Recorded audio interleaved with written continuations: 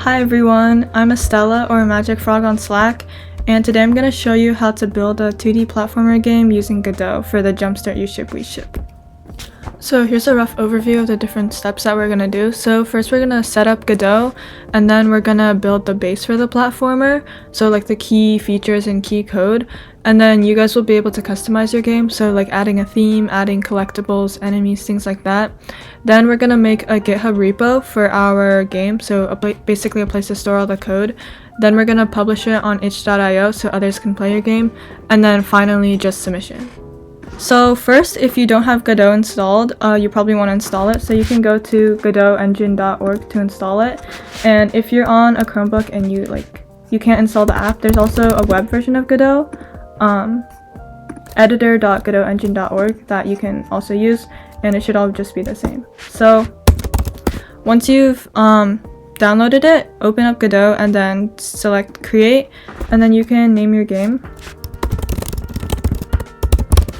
And then for project path, it's good to have like some folder to store all your games just to be like organized. So I have this Godot games folder that I'll just select.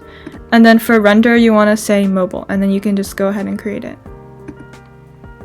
Okay, once you've created your project, you'll see all these different tabs here. And I'm just gonna like explain the rough UI of Godot because it can be a little confusing at first. So over here is the main view, so you'll just see your game here, and Godot, you can use it to make 2D games and 3D games, but we're gonna use 2D. And then over here is the scene place. So Godot is basically built upon nodes, which are game components, and as you can see, there are tons of different types of nodes, and each of them have like different properties which make them good for serving different purposes. So yeah, we'll be using a lot of nodes later on. Then down here is the file system. So when you add your own images or music files or like your scenes, they'll all show up in the file system. And then over here on the right is the inspector. So once we start creating nodes, over here you'll see all of its properties, and then you'll be able to like change and edit them. We're gonna start by creating a main node to contain everything in our game. So choose other node and then node here, and then with like the white circle, and then you can rename it main and then save your project. So Command or Control S and just save it, and then you'll see it appear like that in the file system. And then we want to create a player under our main node. So you can use the plus arrow or Command A to create a node, and then search for character body 2D and create it under the main node. Now we want to add an actual image for the player to be. So under character body 2D, add a sprite 2D node, and this node is basically used for displaying images.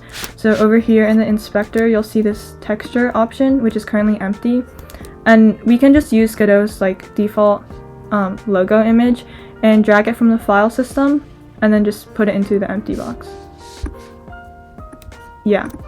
And then like later on when you're customizing your game, obviously you don't have to stick with this logo. You can upload your own images, and then you can make the player be whatever it wants to be, but we'll just use this for now. And now you want to resize your player so it's normal, and you can see that there's like this faint purple rectangle in the main view, and this is basically the game view. So if I put my player outside of the rectangle, then when I run my game, I won't be able to see the player. So you just want to size it like relative to the purple rectangle. Also, you'll probably see that there's an error on the character body 2D, and it says that it has no shape, and we have to add a collision shape 2D node. So let's go ahead and do that. Create a collision shape 2D, and make sure these are both under the character body 2D, so they're not like in this area, they're actually under the character body 2D, so they would belong to the player. And basically what this collision shape 2D node does is it adds like bounds for the player, so it can actually like collide or like hit with other things, and the engine like knows where to stop. So let's add a shape for this. So under shape, choose rectangle, and then you can see that it generates here, and then you can just size it to be covering your player like this. Okay, now we want to go ahead and create the actual map, so the ground that the player is going to be walking around on. So under main, create a tile map layer node, and basically what this node does is it makes it really easy to create and customize your maps. Yeah, so in the inspector under tileset, say new tileset, and then you'll see this new place pop up in the bottom. And now we want to choose an image for the ground to be. So there's like tons of cool tile sets out there that you can choose. And then yeah, but like for now we can just like do a really default green color. And by the way, to upload things to your file system, you just drag it from your Finder into the file system. Okay, so once you have your image in here, you just drag it into the tileset area. So drag it here, and then it will ask you this and say yes. Okay, so you can see that Godot automatically split up our image into all these different cubes, and this is because like later when we use other tile sets, it'll split it up where these gaps are, so you can like individually select one tile and then draw it. Now we have to add a collision for our tile map layer 2, or else the player won't know where the ground is. So under tile map layer in the inspector, open tileset here, and then physics layers, and choose add element. Then in the tileset option in the bottom, go to paint, and then physics layer 0, which is the layer that we just created, and then just draw just highlight some of the blocks like this. And then also this is a good reminder that you want to make sure you save your project often, so you can just do that with like Command S. Yeah, and then we can just start drawing our map. So go from tileset to tile map, and then you can use the pencil tool here and select a block, but make sure whatever block you select down here is a block that you actually drew this physics layer for. So I'm using this one. And then in your main view, you can go ahead and start designing your game map. And also if you want, you can change the size of the blocks by going to transform in the inspector and then just turning the scale up. And then you can just design some course for the player to go through.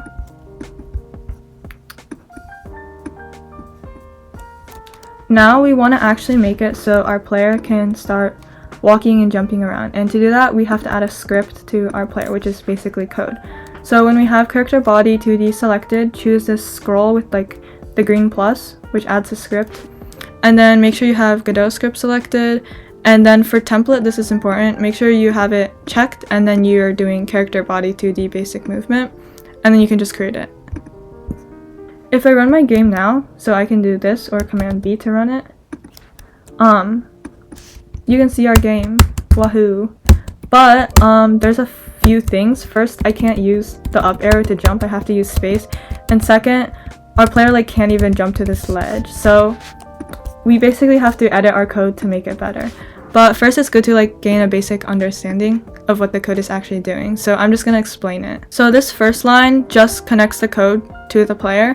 Here is setting these variables. So const is for constant, so it won't change throughout the game. Speed is just how fast the player moves. Jump velocity is how high it jumps. And also like in Godot, the coordinate system, it's a bit different. Like the lower your number is, the higher the player actually goes. And then this is the main physics function, so dealing with all the movement and stuff. And delta it's like the time between each of the frames. So having this in this function makes sure that the code will run the same for like different machines with different frame rates and stuff. So if your player is not on the floor, then you want to basically fall at gravity. Like this is a certain variable that we can change later.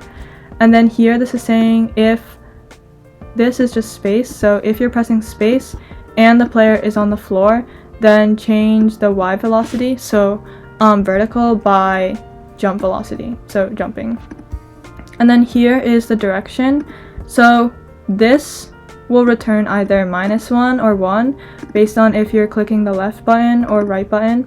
And then if you're clicking left or right, then it'll change your x velocity, so horizontal, either right or left at speed. And then if you're not clicking left or right, then it'll basically move you towards a speed of 0, so you'll come to a stop. And then this final function just runs all of that. So there's a few things that we can do immediately to make the movement feel better.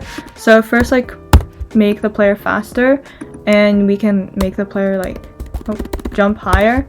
And then we can also change the gravity to be higher so it's like not as floaty by going to project settings, and then gravity 2D, and then we can just change this to anything.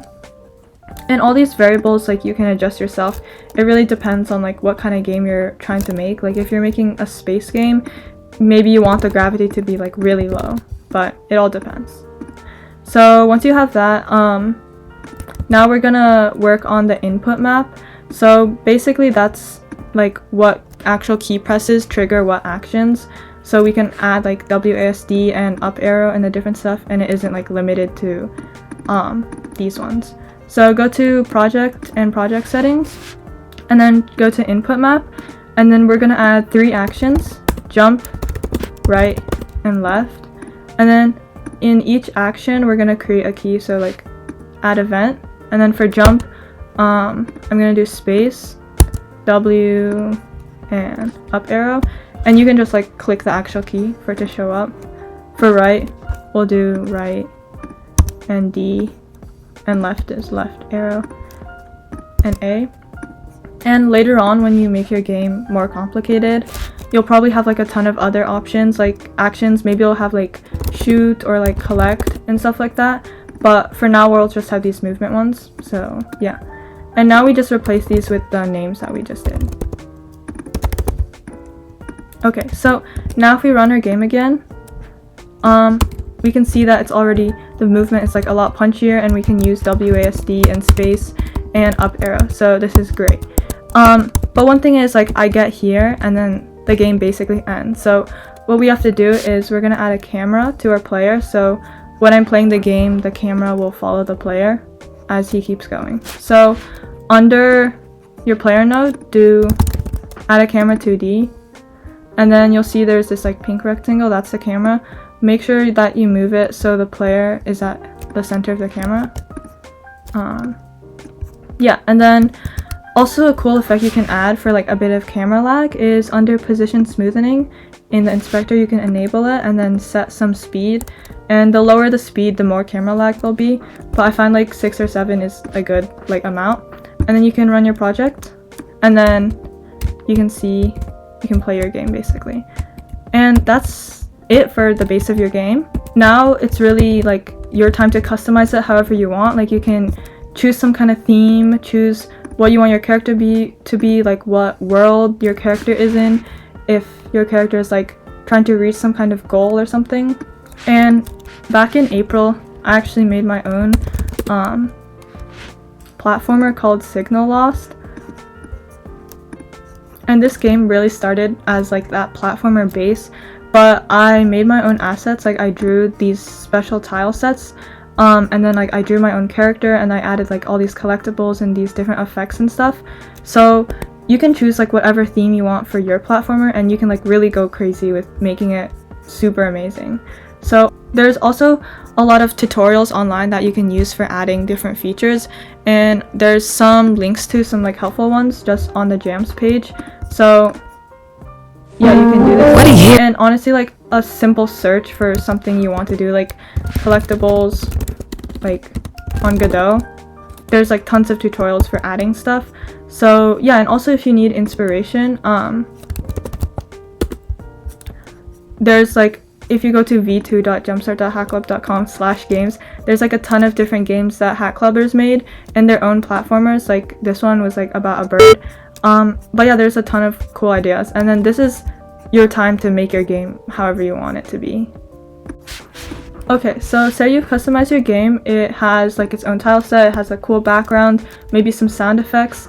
Now it's time to first make a GitHub repo for your game, so there's somewhere to store all the files.